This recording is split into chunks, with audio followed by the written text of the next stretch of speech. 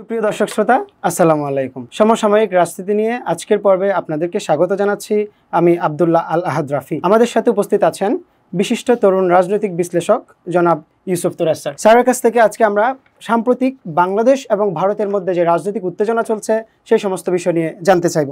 Sir, আজকে আপনার কাছ থেকে যদি জানতে চাই, এই যে বাংলাদেশের রাজনীতিতে ভারত হস্তক্ষেপ করছে, এই বিষয়টা আসলে কোন দিকে যাচ্ছে বা ভারত কি চাচ্ছে আসলে? প্রথম কথা হলো যে আমাদের রাজনৈতিক যদি ইতিহাসে তাকান যায়, ভারত যেটা সবার আগে যেটা বিশ্বাস করে, যে জিনিসটা আমাদের জানা খুবই জরুরি, যে নরেন্দ্র মোদী ভারতের প্রধানমন্ত্রী যে টুইটটা করেছিল যে বিজয় দিবস, সে স্মরণ করছে কাদেরকে, যারা ভারতের সেনারা এই ত্যাগ করেছিল। মানে মূল কথা, তারা ওই যুদ্ধটাকে ভারত পাকিস্তানের যুদ্ধ বলছে। এবং এইটা শেষ না, ভারতের যে স্কুলের পাঠ্য বইগুলোতে ইতিহাস যেটা পড়ানো হয়, সেটি পড়ানো হয় যে 1971 সালে বাংলাদেশের এই এলাকায় ভারতে পাকিস্তান নামক যে রাষ্ট্রে, সেখানে একটা গৃহযুদ্ধ এরকম চলছিল, বা এক কথা বাংলাদেশের মানুষের সাথে মারামারি এরকম চলছিল। শেষে কি করলো ভারত, মূলত এই যুদ্ধটা ভারতের সাথে লেগে যায় পাকিস্তানের। ফাইনালি ভারত এই যুদ্ধে বিজয় অর্জন করে। এইভাবে তাদের ইতিহাস পড়ানো হচ্ছে। ভারতের 144 কোটি যে মানুষ আছে, এদের অধিকাংশ মানুষই বিশ্বাস করে 1971-এর যে বাংলাদেশের মুক্তিযুদ্ধ, এটা বাংলাদেশের কোনো মুক্তিযুদ্ধ না, ভারত পাকিস্তান যুদ্ধ, বাংলাদেশকে ভারত স্বাধীন করে দিয়েছে। তো এটা হলো এক কথা তার বিশ্বাস। এখন এই বিশ্বাস থেকে তাদের কি চেতনা আসে, তাদের কথা তাহলে এই রাষ্ট্র তো আমরা স্বাধীন করে দিয়েছি, এটা তো আমাদের কথা মতো চলতে হবে। হ্যাঁ, তাদের কথা হলো যে আমরা যে 1971-এই এটাকে সম্পূর্ণ প্রদেশ বানায় নেই, এটাই তো আমাদের অনেক বেশি উদারতা। তো তাহলে আমরা কতটুকু, তারা দেখাচ্ছে তারা নাকি খুবই উদার। এখন কি করে খেয়াল করা যাক। আমাদের প্রথম কথা এটা ক্লিয়ার হইতে হবে যে বাংলাদেশের মুক্তিযুদ্ধ ভারত সাহায্য করেছে, সোভিয়েত ইউনিয়নও সাহায্য করেছে, এরকম আরও অনেক সমাজতান্ত্রিক দেশও আমাদের সাহায্য করেছিল।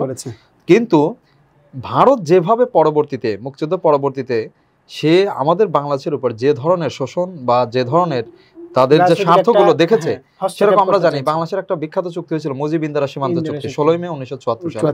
সেই চুক্তি কিন্তু বাংলাদেশ বেরুবাড়ি ভারতকে দিল, 3 বিঘা করিডোর পরিপূর্ণরূপে হস্তান্তর বাংলাদেশের কাছে করেনি এখনো। গরিমসি। তারপরে ছিটমহল বিনিময়টাও 40 বছর পরে 1974-এর চুক্তি 2015 সালে এসে কার্যকর করলো।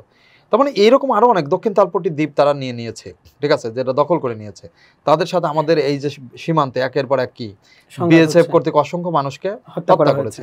তো খেয়াল করা যায়, কিন্তু ভারতের মেইন, আমি বলি প্রথম হলো বিশ্বাসটা, তারা মনে করে কি বাংলাদেশের ভৌগোলিক অবস্থান তাদের পেটের ভিতরে, এই জন্য এই রাষ্ট্র তাদের কন্ট্রোলে থাকতে হবে। কই কন্ট্রোল? রাজনৈতিক কন্ট্রোল। কি কন্ট্রোল? অর্থনৈতিক কন্ট্রোল, ইভেন মিলিটারি কন্ট্রোল।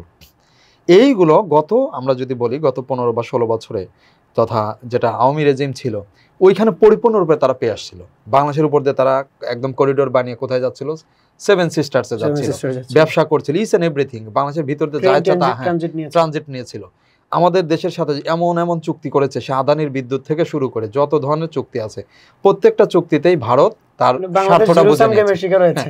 এখন হঠাৎ করেই এটা কি হয়ে গেছে, চেঞ্জ হয়ে গেছে। একে তো গেল, তার মানে স্বার্থের আঘাত লেগেছে।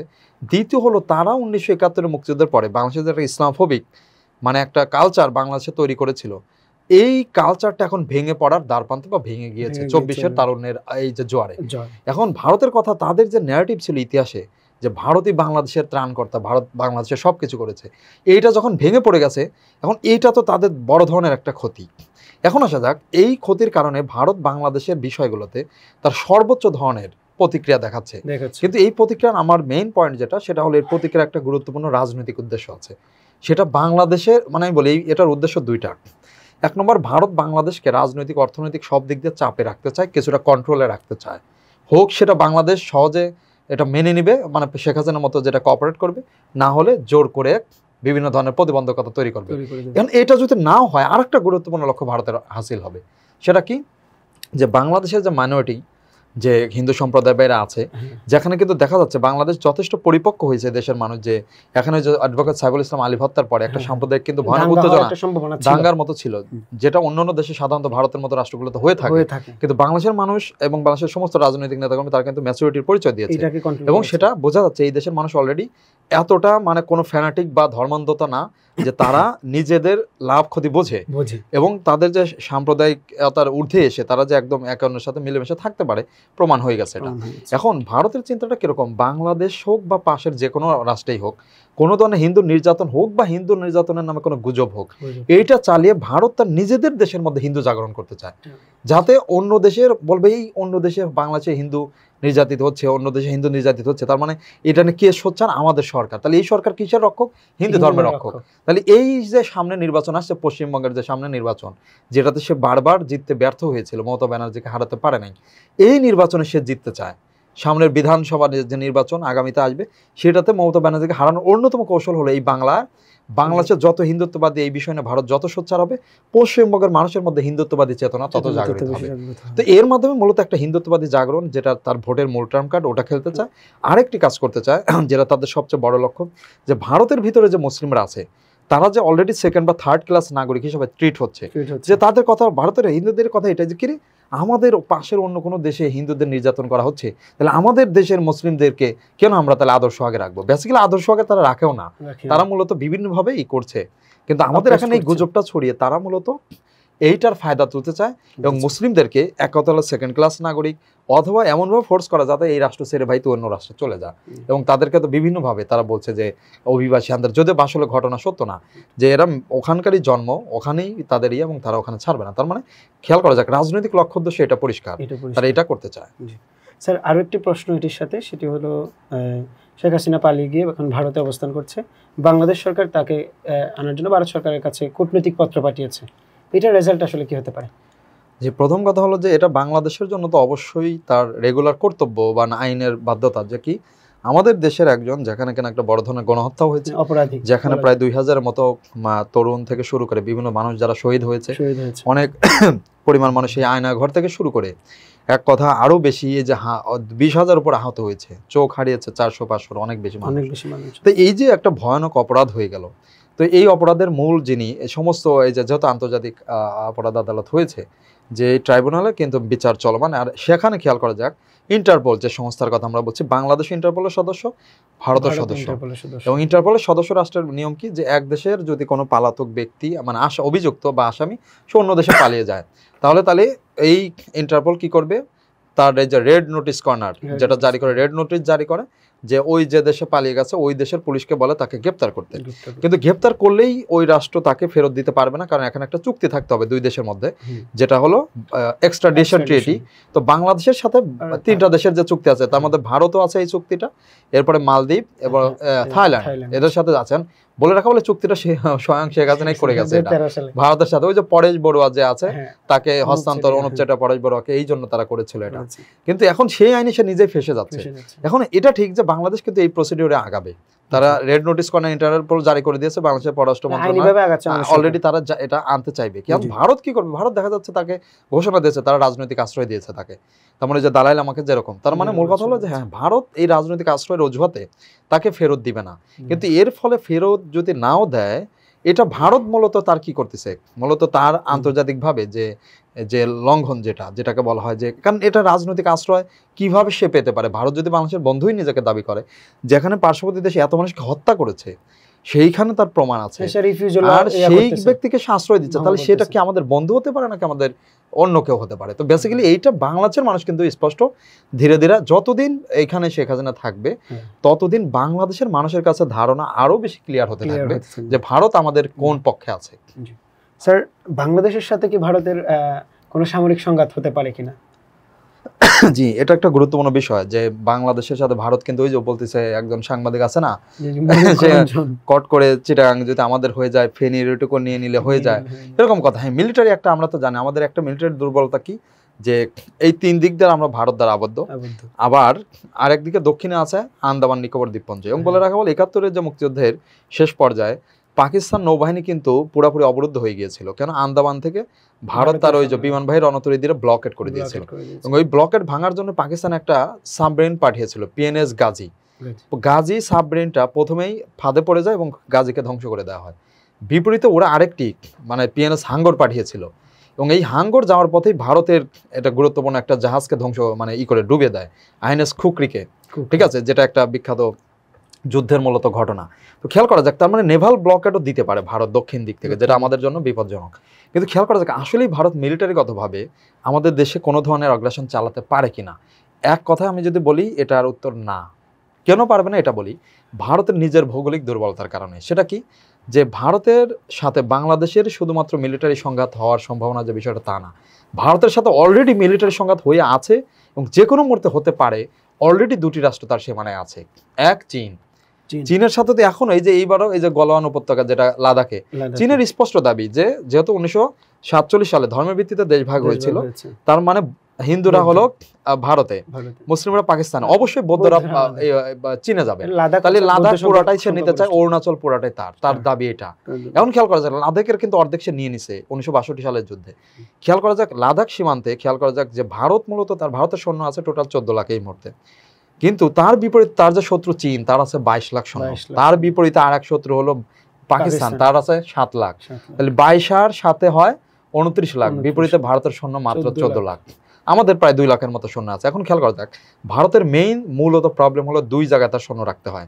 এক নম্বর হলো কাশ্মীরে, সেখানে 3 লাখ সৈন্য চীনের দিকে রাখে, 3 লাখ সৈন্য পাকিস্তানের দিকে কাশ্মীরের সাইডে রাখে, কিন্তু বিপরীতে চীন লাদাখ অঞ্চলে সৈন্য রাখে সেখানে প্রায় 5 লাখ, তার মানে চীন ওখানে সুপারিয়র, ওখানে চীনের অবস্থান শক্তিশালী। এবার ইভেন পাকিস্তান যে যার সাথে পাকিস্তানের বিপরীতে প্রায় 3.5 লাখ সৈন্য ওখানে রাখে, তার 7 লাখ সৈন্যের 3.5 লাখ ওখানেই রাখে। তার মানে খেয়াল করা যাক ওই সাইডে কিন্তু পাকিস্তান আর চীন উৎপাতে বসে আছে, যেই মাত্র ভারত অন্য কোনো জায়গায় মনোযোগ দিবে তার মানে ওই সাইডও নিয়ে নেবে, ঠিক আছে। আর কাশ্মীর যদি দখল হয়ে যায়, বাস্তবতা এমন যে ভারতের রাজধানী দিল্লি পর্যন্ত চেঞ্জ করতে হবে ভারতকে, কেন কাশ্মীর যার দিল্লি তার হয়ে যাবে, কারণ কাশ্মীর থেকে দিল্লি বেশি দূরে না, এক কথা উপর থেকে এসে দখল করা খুবই সহজ, মানে বিষয়টা এরকম। এটা এখানেই শেষ না, এবার 7 সিস্টার্সের দিকে তাকানো যাক, যে সাইডের জাতিগতভাবে না সেই খ্রিস্টানরা তো আছেই, ইভেন বৌদ্ধ অরুণাচল আছে, এইখানে ভারত তার সৈন্যবাহিনীর প্রায় 4 থেকে 5 লাখ সৈন্য 7 সিস্টার্সের দিকে রাখে, বিশেষ করে বর্ডারের অরুণাচল সীমান্ত দিয়ে। এখানে বিপরীতে চীনের সৈন্য প্রায় 5 থেকে 6 লাখ। তার মানে খেয়াল করা যাক ওই সাইড থেকেও ভারত কি করতে পারবে না, সৈন্য হটাইতে পারবে না। তাহলে ভারতের যদি ওখানে 6 লাখ সৈন্য যায়, এখানে যদি 4 লাখ, মানে 10 লাখ সৈন্য তো এখানেই গেছে, মাত্র 4 লাখ সৈন্য আছে, তার তো বিশাল সমুদ্র এলাকা রক্ষা করতে হবে। আরো অনেক কিছুর পরে বাংলাদেশের দিকে তো মনোযোগী দেওয়ার সময় নেই। আর মনে রাখতে হবে যে আমাদের বাংলাদেশ, এটা কিন্তু আমাদের সেনাবাহিনীর কথা যায় জাতিসংঘ শান্তিরক্ষা মিশনের দিক দিয়ে আমরা শীর্ষে, আর বাঙালির বিদ্রোহ যদি চেতনার কথা আসে, এটা তো মানে এই সাংঘাতিক বিদ্রোহের জায়গা, এই জায়গাকেও ডমিনেট করে রাখবে। আর একটা কথা, আমাদের নদী, এটা কিন্তু আমাদের ভৌগোলিকভাবে অ্যাডভান্টেজ দিবে, ঠিক আছে। তো এই জন্য সামরিকভাবে বাংলাদেশকে দখল করা এটা মোটেই সহজ না, আর ভারত সামরিকভাবে চিন্তা করে না। আমি বলছি রাজনৈতিক তার লক্ষ্য, সামরিকভাবে একটু জাস্ট হালকা ভয় দেখাতে চায়, আর বাংলাদেশ ভয় খাবেও না। আরেকটা কথা হলো বাংলাদেশ মিলিটারি ভাবে অনেক বেশি অ্যাডভান্স হচ্ছে, কেন এই যে গত 15 বছর কিন্তু আমরা আসলে পঙ্গু হয়েছিলাম, আমাদের বিডিআর বিদ্রোহ করে পুরো সেনাবাহিনীকে এই করে রাখছিল। এবং অবাক হয়ে যাবেন, বাংলাদেশ যুদ্ধ বিমান কিনতে চাইছিল, মানে একটা কিনবে, কিন্তু ভারত বলছে রাফায়েল কিনতে হবে। কেন ভারত রাফায়েল কিনেছে? ইভেন বলে রাখা ভালো, শেখ হাসিনা ফ্রান্সের সাথে যে ইমানুয়েল ম্যাক্রন ছিল না গত বছর, চুক্তিও হয়ে গেছিল যে সমঝোতা চুক্তি ফ্রান্সের কাছ থেকে কেনা হবে, কিন্তু ভাগ্য ভালো যে ওই যে চলে গিয়েছে, এখন তো পতন হয়ে গেছে। কারণ রাফায়েল যুদ্ধবিমান কিনলে কি হয়তো ক্ষতি দেখা, খেয়াল করা যাক যে রাফায়েল যুদ্ধবিমান বাংলাদেশ যদি কেনে, ট্রেনিংটা কে দিবে? ফ্রান্স না, ভারত দিবে, কারণ ভারত রাফায়েল চালায়। কারণ খেয়াল করা যাক বাংলাদেশের কোনো ক্রাইসিস মোমেন্টে যদি বাংলাদেশ ভারতের সাথে কোনো ঝামেলা হচ্ছে, তার মানে হলো বাংলাদেশ যদি ফ্রান্সের কাছে রাফায়েল চাই দিবে না, কেন রাফায়েল প্রধান ক্রেতা ভারত, ভারতকে দিবে, বাংলাদেশকে দিবে না, তাহলে আমরা কেন এটা কিনবো? তার মানে এইটা হলো কথা। কিন্তু এখন বাংলাদেশ কিন্তু সামরিকভাবে অনেক, বিশেষ করে তুরস্কের সাথে এক ধরনের মিলিটারি কর্পোরেশনে যাচ্ছে, অনেক ড্রোন কিনেছে, হ্যাঁ আমাদের বিমানবন্দর যেটা এটা চালু হবে। আবার চীন থেকে ওই যে বেশ ব্যাপক সম্ভাবনা চীনের বিমান আসবে, J-10C বা D, যেটা 4th প্রজন্মের বিমান, ওই রাফায়েলের বিপরীতে। তার মূল কথা হলো যে মিলিটারিগতভাবে বাংলাদেশ এখন কিন্তু অ্যাডভান্স হবে, আর এই জন্য আমাদের শক্তিমত্তা এটা দেখা যায় যে আগামী 5 বছরে যে ফোর্সেস গোল 2030 যেটা, এটা এখন বাস্তবায়নের সুযোগ এসেছে। তো এই জন্য বাংলাদেশকে সামরিকভাবে আক্রমণ করা এটা মোটেই ভারতের জন্য না, মানে সেই অর্থে বড় ধরনের সুযোগ আছে, আর যদি করে এটা বড় ধরনের ভুল সিদ্ধান্ত হবে। তার কারণটা হলো একে তো বাংলাদেশ প্রতিরোধ করতে সক্ষম হবে, দ্বিতীয় হলো ওই যে ওইদিকে চীন এবং পাকিস্তান বসে থাকবে না। জি স্যার। স্যার আরেকটি ছোট প্রশ্ন, সেটি হচ্ছে মিয়ানমারে রাখাইনরা যদি স্বাধীন হয়, তাহলে সেক্ষেত্রে বাংলাদেশের আসলে লাভ ক্ষতি কোন দিকে? প্রথম কথা, এটাকে আমি বলবো লাভ, এক কথায়। কেন? কারণ মিয়ানমার মোটেই আমাদের সাথে বন্ধুত্বপূর্ণ রাষ্ট্র ভূমিকা পালন করেনি, কারণ তাদের সামরিক শাসকরা রাখাইনদের, মানে এই যে আমরা যে রাখাইন আকারা প্রদেশ, এখানে 11 লাখ রোহিঙ্গাকে মেরে আমাদের বাংলাদেশে পাঠিয়েছে, এবং আরো বেড়ে গেছে, প্রায় 12 লাখ হয়ে গেছে। এর মধ্যে এটা গণহত্যা ঘটিয়ে দিয়েছে, এক কথা।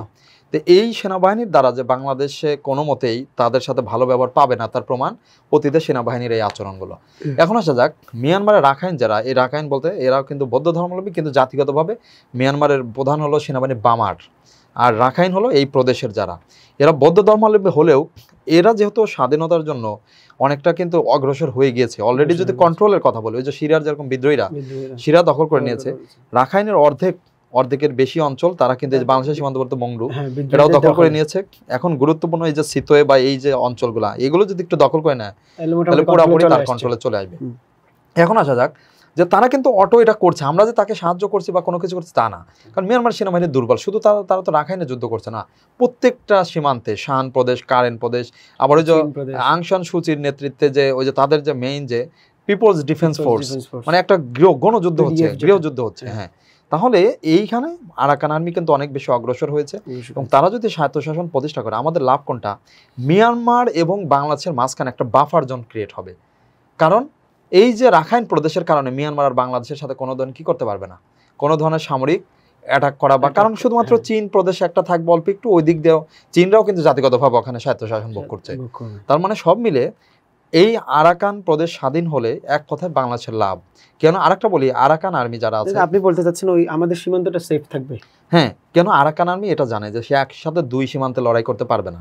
সে বাংলাদেশের ওই যে ভারতের যে মিডিয়াগুলো বলে বাংলাদেশে আক্রমণ করবে, ঘটনা তা না। কেন? কারণ তারা জানে মিয়ানমারের আর্মির সাথে লড়াই করতে করতেই তারা কি ক্লান্ত। এই ক্ষেত্রে বাংলাদেশের কিছুটা পরোক্ষ সহযোগিতা আমরা কিন্তু জানি, কিছুটা পরোক্ষ সহযোগিতা বিভিন্নভাবে তারা পেয়েছে, বিভিন্ন বিপদ আপদে বাংলাদেশের পাহাড়ে হয়তো কিছুটা আশ্রয় তারা পেয়েছে। কিন্তু এটা বলছি যে বাংলাদেশের সাথে তার সুসম্পর্ক প্রয়োজন। কেন?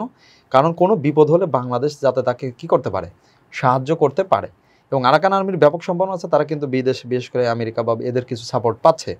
এখন আরাকান আর্মি যদি বা আরাকান যদি স্বাধীন হয়, এখন সাময়িকভাবে মনে হচ্ছে অস্থিতিশীলতা বা হ্যান ত্যান, কিন্তু দীর্ঘমেয়াদে এটা বাংলাদেশের জন্য সিকিউরিটির জায়গা তৈরি হবে। ঠিক আছে, তো এই জন্য এটা আমাদের জন্য এক অর্থ অনেক বড়। আরেকটা গুরুত্বপূর্ণ বলি, আরাকান তো বিশাল সমুদ্র এলাকা, তাদের সাথে বাণিজ্য হবে এবং বাণিজ্যের সাথে সাথে আরেকটা গুরুত্বপূর্ণ বিষয় হলো বাংলাদেশের সাথে এই যে মুসলিম দেশ যেটা মালয়েশিয়া, ইন্দোনেশিয়ার যে একটা এই যে আন্দামান সাগরের মাঝখান দিয়ে যে যাওয়া, এইখানে আন্দামানে ভারতের ওই যে আন্দামান নিকোবর দ্বীপপুঞ্জ এবং সামরিক ঘাঁটি থাকার কারণে বাংলাদেশ কিন্তু নেভাল ব্লকের শিকার হয়।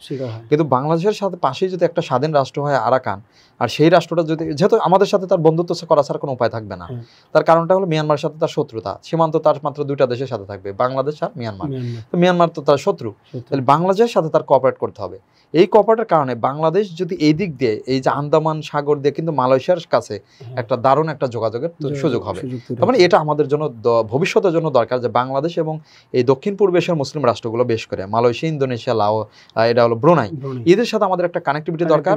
কারণ হলো যে আমরা বিচ্ছিন্নভাবে, বাংলাদেশ যেহেতু মুসলিম মেজরিটি একটি রাষ্ট্র, আর এই রাষ্ট্রের সাথে অন্যান্য মুসলিমদের একটু ভৌগোলিক ডিস্টেন্স আছে, কিন্তু এই ডিস্টেন্স কিছুটা কমে আসবে যদি আরাকান এই অঞ্চল স্বাধীন হয়, আমরা বন্দর সুবিধাটা দিতে পারি। জি স্যার, আরো একটি বিষয় আমরা একটু শেষের দিকে জানতে চাচ্ছি, সেটি হচ্ছে স্যার দেখা যাচ্ছে বাংলাদেশের রাজনীতিতে ছাত্ররা এবং যারা আন্দোলনে নেতৃত্ব দিয়েছে তাদের সাথে বিএনপির একটা মুখোমুখি অবস্থান দেখা যাচ্ছে। কেউ চাচ্ছে নির্বাচন, কেউ চাচ্ছে সংস্কার, কোনটা জরুরি আমাদের জন্য? প্রথম কথা হলো যে বাংলাদেশে দুটি লাগবে এবং এই দুটার ক্ষেত্রে টাইমিংটা ইম্পর্টেন্ট। প্রথম কথা হলো যে আমাদের এই বাংলাদেশে এক কথা খেয়াল করা যাক যে আমরা কি পরিমাণ রক্ত দিয়েছি, অতীত ইতিহাস তাকানো যাক। আমি যদি বাঙালির 1000 বছরে এই বাংলার মানুষের ইতিহাসের কথা বলি, এটা একের পর এক মানে মানুষের বিক্ষোভ করেছে। সেই অতীত যুগে আমি যদি বলি, পালদের সময় কৈবর্ত বিদ্রোহ হয়েছিল, উত্তরবঙ্গের মানুষ কৈবর্ত বিদ্রোহ করেছিল। তার পরবর্তীতে আমরা যদি আসি, মুসলিম শাসন আমল তো চলছিল, পরবর্তীতে যখন ব্রিটিশরা চলে আসলো, এই ব্রিটিশদের বিরুদ্ধে প্রথম বিদ্রোহ হয় ফকির সন্ন্যাসী আন্দোলন, সেটাও কিন্তু ওই উত্তরবঙ্গে এবং বাংলার এলাকায় হয়েছিল।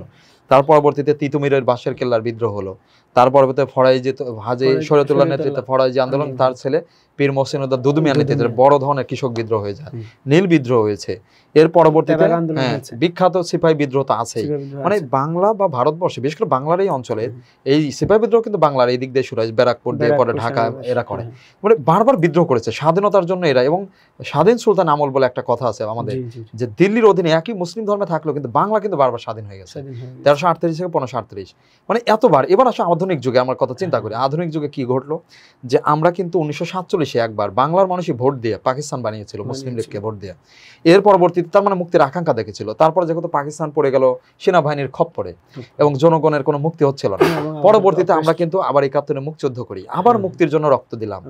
এর পরবর্তীতে আবার কিন্তু বাংলায় ভয়াবহ দুর্ভিক্ষ হলো, শেখ মুজিবুর রহমানের যে শাসনে, সেখান থেকে মানুষ কিন্তু আবার পরবর্তীতে বিভিন্ন ধরনের সেখানে ক্রিয়া প্রতিক্রিয়া হয়, 15 আগস্ট ঘটে, তার পরবর্তীতে জিয়া রহমান আসে, এর পরবর্তী বাংলাদেশ চড়াই উত্তরা পেয়ে 90-এর সময় আবার স্বৈরশাসন পতন আন্দোলনে ছাত্র সমাজ সহ বিভিন্নভাবে বিভিন্ন রাজনৈতিক দলের ভূমিকা ছিল। 24-এ এসে আবার দীর্ঘদিনের যে মাঝখানে যে আবার ভয়ানক একটা মানে ফ্যাসিবাদী শাসন যেটা ছিল, সেটার জন্য আবার রক্ত। খেয়াল করা যাক, এটা অবাক করার কারণ পৃথিবীতে আপনি যদি বিভিন্ন দেশের ইতিহাস দেখেন, ভারতের মানুষ কিন্তু এতবার রক্ত দেয় নাই।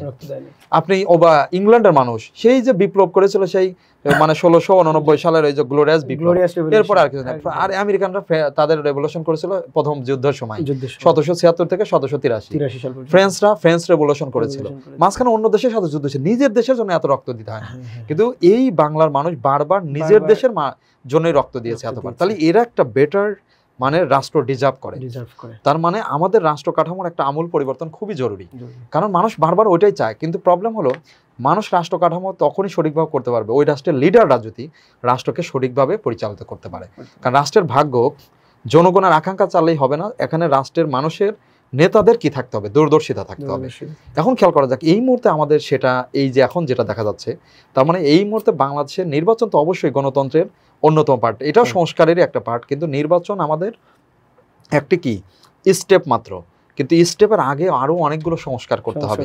সেই সংস্কার মধ্যে আমি যদি বলি 1 নম্বরে প্রত্যেক দলের সংস্কার করতে হবে, কারণ আমাদের দলগুলোতে কোনো গণতান্ত্রিকতা নেই।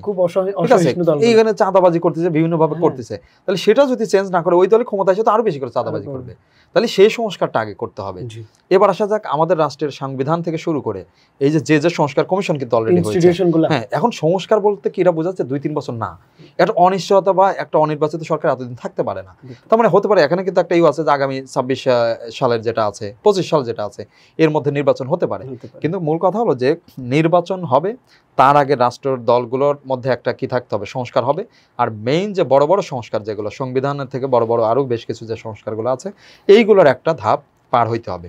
কিন্তু এইখানে আসলে সংস্কার বা নির্বাচন টপিক না, টপিক হলো হারা জিতানি মূলত এখানে ক্যালকুলেশন চলতেছে। কারণ হলো বড় দল বিএনপির কথা হলো কি যে ভাই আমি দ্রুত নির্বাচন চাই, তার কারণ যত আগে, যেহেতু আমি বলি আজকেই বলি, যদি আগামীকালকেই বাংলাদেশে নির্বাচন হয়, আমি এটা বলি বাংলাদেশে মিনিমাম 250 আসন, 250+ আসন পাবে বিএনপি। এবার বলি নির্বাচন যদি আরো 6 মাস পরে হয়, বিএনপির আসন কমতে থাকবে, আরো 6 মাস পরে আরো কমবে। এইটা বিএনপির মাথা ব্যথার কারণ। তার কথা ভাই 16 বছর অপেক্ষা করেছি, তার মানে স্বাভাবিক ব্যবসা নির্বাচন জিততে চায়, এটা হলো তার মাথা। এবার আসা যাক, বা এই যে এখানে একটা মানে জামাত ইসলামী আছে, তাদের একটা আসন আছে, তাদের মোটামুটি একটা আছে যে তারা যেহেতু একটা রাজনীতি করে, তাদের একটা জনপ্রিয়তা বাড়ছে এবং সেক্ষেত্রে দেখা যাক কত আসন পেতে পারে। কিন্তু ছাত্ররা হলো একটা তারা নতুন দল করতে চাচ্ছে, যেহেতু ওই যে 24-এর গণজাগরণ হয়েছে, মানুষের নতুন আকাঙ্ক্ষা হয়েছে, তো তারা নতুন ধারার একটা রাজনীতি চায়, যে ধারার মাধ্যমে চাঁদাবাজি মুক্ত বা এক কথা বাংলাদেশকে নতুনভাবে বিনির্মাণ করার চেষ্টা করবে। তো এখন এইটার জন্য তো একটা রাজনৈতিক দল করতে সময়ের প্রয়োজন আছে, ঠিক আছে? কারণ প্রতিষ্ঠিত তা নাহলে তো আওয়ামী লীগও সেই রাজনৈতিক দল, তারা তো অনেকটা কামব্যাক করে ফেলবে যদি নতুন কোনো রাজনৈতিক দল না আসে। তো সেই ক্ষেত্রে তাদের জন্য কিছুটা সময় প্রয়োজন, কারণ তাদের চিন্তা হলো যত তাদের একটু সময় বেশি পাবে, তারা রাজনৈতিক দল ততটা গুছিয়ে আনতে পারবে। তার মানে তাদের চিন্তা হলো যত, তার মানে 1 বছর বা 1.5 বছর পরে যদি নির্বাচন হয়, তাদের রাজনৈতিক ফলাফল অনেক ভালো করার সম্ভাবনা আছে। আবার যত আগে হয়ে গেলে বিএনপির এরকম বিষয়, এই জন্য বিএনপি চান্তা যত আগে টানা যায়, আবার ছাত্ররা একটু যত পিছিয়ে টানা যায়। কিন্তু বিষয়টা এরকম না যে কোনো এক দলের স্বার্থ দেখা হবে, এখানে দেখা হবে দেশের জনগণের স্বার্থ। তো সেই স্বার্থের জন্য আমার কথা বেশি দূরেও নয়, আবার বেশি কাছেও নয়, তাহলে একটা মোটামুটি যৌক্তিক সময়ের মধ্যে নির্বাচন হতে হবে। কিন্তু তার আগে অবশ্যই সংস্কার হতে হবে, আর স্বার্থ দলেরটা আগে না দেখে দেশেরটা আগে দেখতে হবে। তো এটা আশা করি, যেহেতু আমাদের মাঝে মাঝে জাতীয় ঐক্যমত কিন্তু হয়েছিল, তো এরকম জাতীয় ঐক্যমত কমিশন করার কথা আছে। এখানে ডক্টর মোহাম্মদ ইউনূসের নেতৃত্বে জাতীয় ঐক্যমত কমিশন হওয়ার কথা আছে। তো সেটা যদি হয়, তাহলে একটা দেখা যাবে হয়তো ঐক্যবদ্ধ একটা প্রচেষ্টার মধ্যে দিয়ে সামনে আগাবে। জি স্যার, আপনাকে অসংখ্য ধন্যবাদ। আমরা অনেক প্রশ্নের আনসার পেলাম আজকে। সুপ্রিয় দর্শক শ্রোতা, সবাইকে শুভকামনা জানিয়ে আজকে আমরা প্রোগ্রাম শেষ করছি। সবাই ভালো থাকবেন, সুস্থ থাকবেন। আসসালামু আলাইকুম।